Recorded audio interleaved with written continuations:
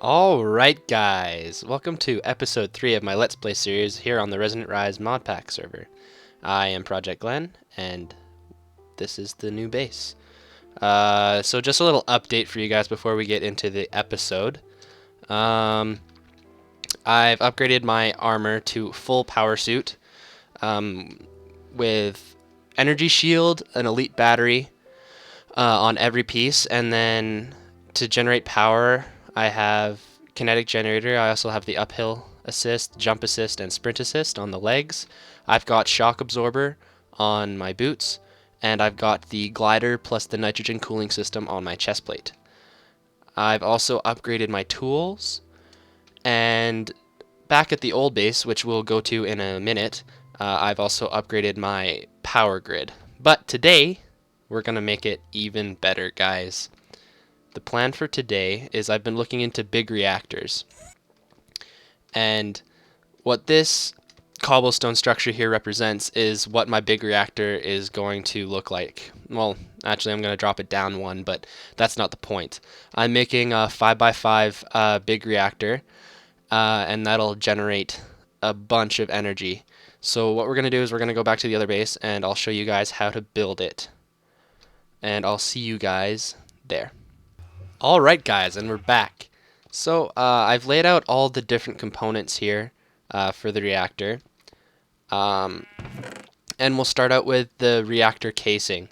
Each reactor casing, well, each recipe makes 4 reactor casings, and we're going to need 125 reactor casings, I believe.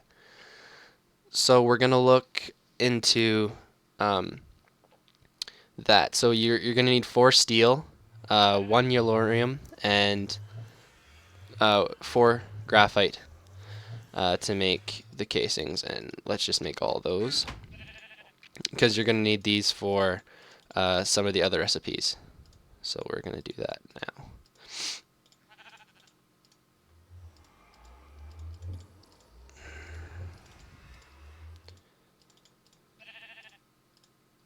Alright. Next, we're going to need fuel rods. My design requires 5 fuel rods. 5 fuel rods of length 3, so they're going to be 3 tall, and there's 5 of them. So we're going to need 6 steel plus 2 graphite and 1 yellorium per fuel rod. And because I'm making 5 3 tall, so we're going to need 15.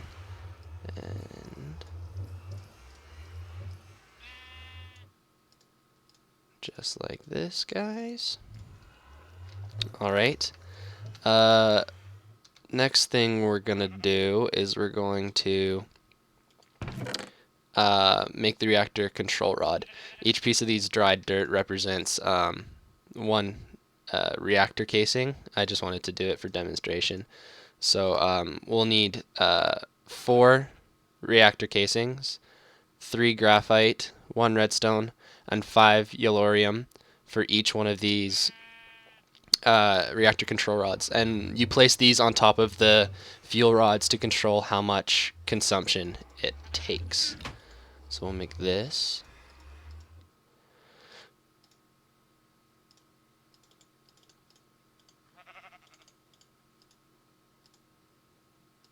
And we'll just spam this here. Switch these two around. Alright. The next thing we're going to need is the controller. We're going to need the reactor controller. This is just the interface for the whole reactor. You get to see the power consumption and whatnot. So you'll need 4 reactor casings plus 2 yellorium, 1 diamond, and 1 redstone.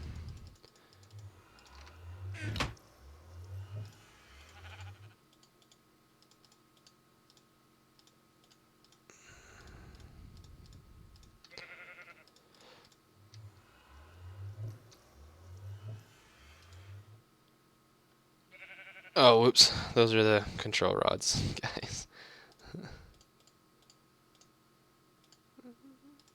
And switch these two back around. There we go. Alright. Next thing on the list is going to be our reactor power tap. This is how we get the power out of the reactor into our storage unit, which is 4 redstone and 4 reactor casings.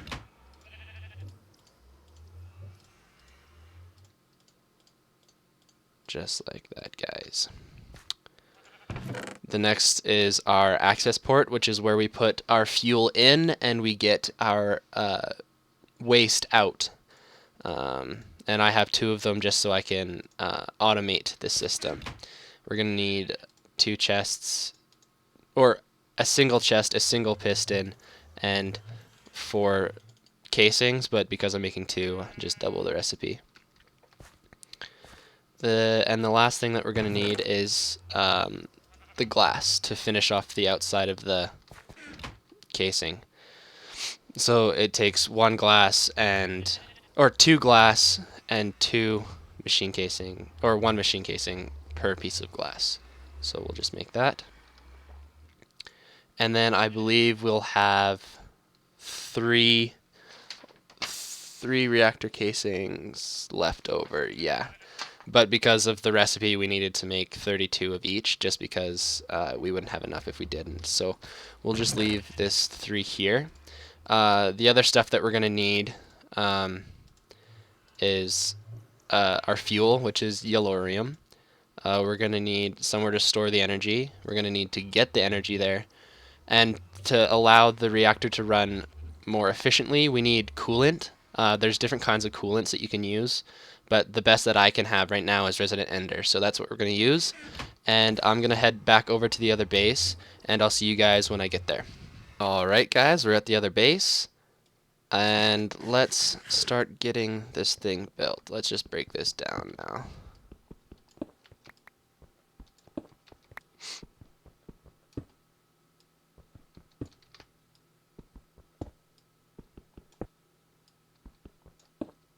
Alright, and let's drop this one lower. And let's start getting this thing built here. So we'll get all the reactor casing in.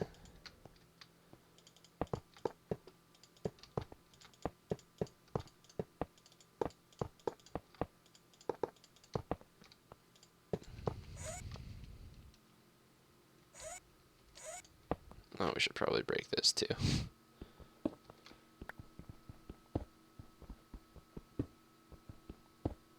Alright, so we're just going to need to...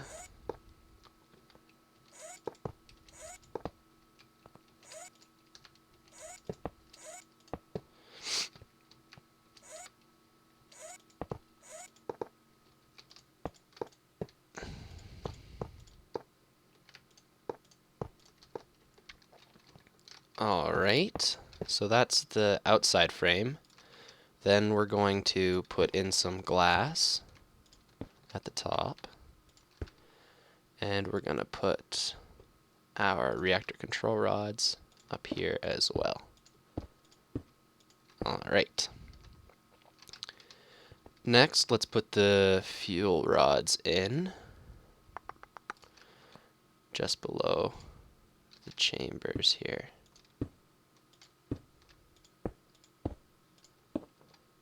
And then we'll figure out where we want to put all the rest of the controls. Alright, looks pretty spiffy here, guys. So I think we're going to put the reactor controller on the front side. And we'll put the power tap on the back side, and then we'll put 1 access on either the left and the right side. So let's just start getting the glass filled in here.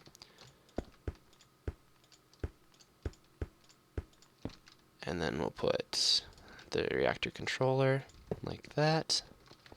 Then we'll get the other glass in like that. We'll get the back in too. And this side. And then we'll put 1 access terminal on this side. 1 access terminal on this side, and last, the power tap, and there we have it, the reactor. Alright, so Just by simply flicking this switch here, we can turn the reactor on or off. We have it deactivated. In here, we can set each one to a different control name for if you want to set it up with computers so that it'll turn off a certain one of these controllers so that it reduces the heat. One side we'll put as the input, and this is where we would put our fuel. And as you can see, it fills up the tanks. And this side we'll put as the output. And once we start turning this thing on, it'll pump out the waste. And then we can set up our redstone cell just right here. I'll have to put more than just this here. Oh, the one thing that we forgot to do, guys, is we have to put in our coolant. So we'll just break this. The good thing about these reactors is even if we break it, the fuel rods will keep holding onto your fuel for you. So that's really nice about that. So let's just put our resonant ender in here. And then we'll close it back up. Alright, so all there is to do is, oh, you can tell your reactor to auto eject the waste, or you have to do it by hand. So that's one of the settings. Up here, we can tell it to consume 100%, 0% of the fuel. So we'll just turn this on here, and you'll see that the heat's going up, and so is the power. And if we turn this all the way down to 0, it's restricted even less. So this is the amount of restriction that you put on it. So if we turn all these up to 100,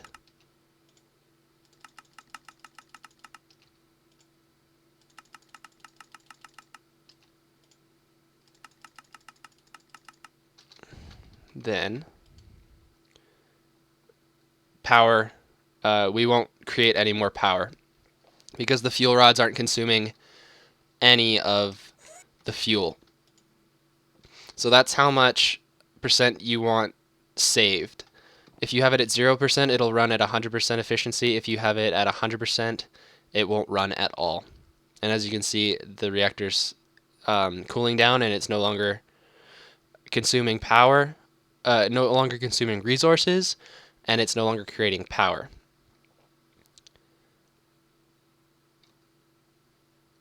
This gauge here, the millibuckets per tick, is how much of the yellorium it will take per tick, and then the RF is obviously how much it'll output. The heat is just how hot or how quickly it will melt the yellorium and use it up. So usually you want to keep the heat down and then get as much output as possible. So what these coolants do, like the liquid ender, is it reduces the heat so that you use less fuel, but it also increases the amount of redstone flux you get out. So that's it for the power generation for this episode. I'm going to show you guys around the castle because one of my friends, Shorty Me, has been helping me out with the look of the castle. We haven't gotten down to the basement yet, but he's been doing the main floor and the outside, and I just want to show you guys how that's coming along. He's much better with looks than I am, so that's why I asked for his help. We'll probably do an episode soon with him as we finish off the rest of the castle, but he's made this nice entranceway here.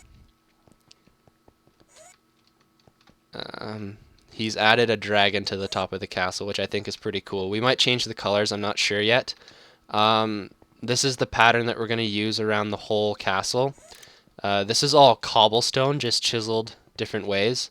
We haven't finished the whole outside yet. And this is the general theme for the inside as well. I think it's going to come along really nicely.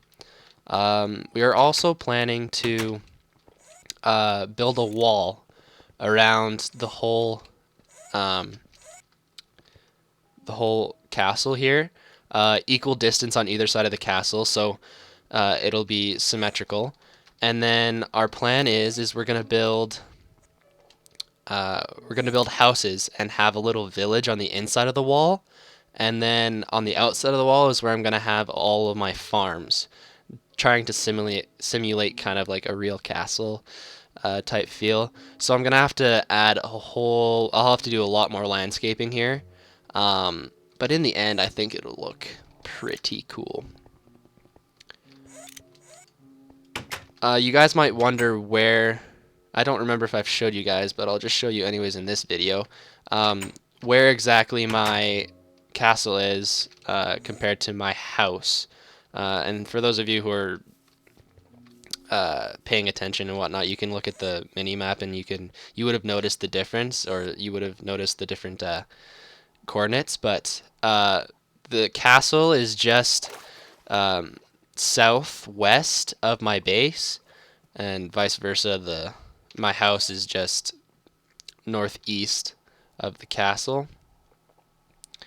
The way that I get to the castle is I've installed these elevator blocks where if you place them 20 blocks away, and as long as there's no block in between the elevator block, when you jump you go up, and when you shift you go down. They're a nice addition from open blocks. So I just jump up to Y137 here, and I just run off this ledge and glide over. On the way back, because I'm going downhill, I can make it without having to gain the height advantage. So that's how I get around between my bases. Let's see, additions in this base. I've added this mob farm here with the mob spawner. I've been spawning sheep. Why sheep? There's no good reason. It's just that's what I've been spawning. And I've started using the soul shards. So I have a soul shard. I have a soul shard for wither skeletons, which is 22. So I haven't killed much of those. But then I have 336 sheep. And eventually, what I want to do is I want to get that soul shard to 5, and then I'll grind those sheep to get mob essence instead of having to take my experience with an EXP extractor into buckets and manually putting it in. I'll have it automatic.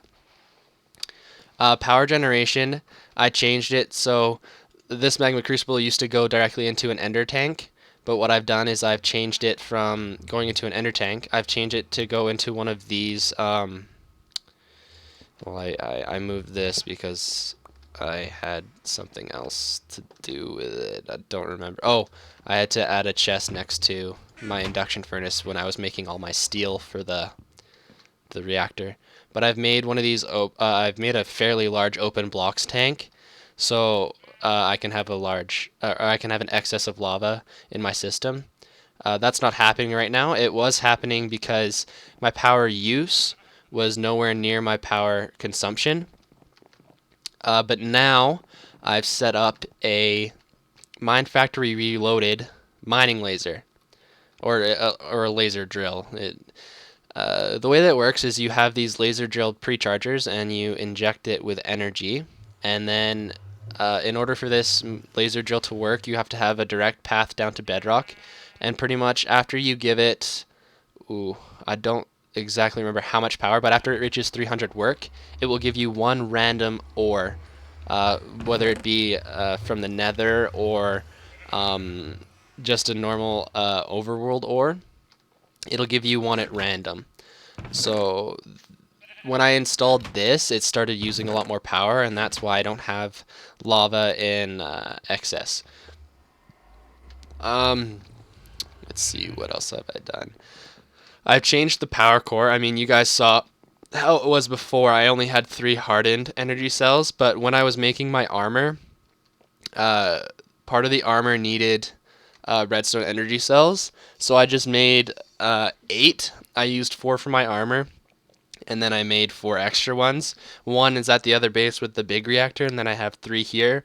I also have 2 hardened energy cells, and I think I have 1 more somewhere else. I don't remember where I put it, but it's in here somewhere. And that is pretty much it. I'm just gonna go check a few things, and I'll be right back, guys. See you in a bit. Alright guys, we're back. We have a little bit more time. I'm only at, I think it's around 18 minutes. So what we're going to do is we're going to go over and check out my friend's base. He also has a YouTube channel. His YouTube channel is Unoriginal Noobs. His Minecraft username is Hunky524. And his name is Mark. We're just going to go over to his base right now and see what kind of progress he's made. I know he just finished making his big reactor in his 4th episode, I believe. So if you want to see more of his YouTube channel, just go and check that out. I don't know if he's online. He's not. No, he's not online. So we'll just snoop around and I'll show you guys his base too. So this is his reactor. He put a little bit more into it than I did, but he's also done a lot of the magic crops as well, and he's gotten into the Ender IO conduits, which is pretty cool. I'll probably get into that. I might get into it. What I'll probably end up doing is using tesseracts for my magic farms. Because I find it's a lot more efficient because you can set tesseracts to liquids, energy, and items, so you can just send items everywhere. So that's well, you can send and receive items, send and receive power, and send and receive liquids. So with the harvesters, I'll just be able to allow the tesseract to receive liquid and receive items and then send power, and that way it'll just be one block, easy access, and then I can have tesseracts to the planters as well, where they give each planter item or something along those lines. So I hope you guys liked this video. And like I said, check out my friend's YouTube channel. He's been doing it a lot longer than I have, so he knows how to talk better than I do and entertain better than I do. So I will see you guys next time, and have a good one. Bye, guys.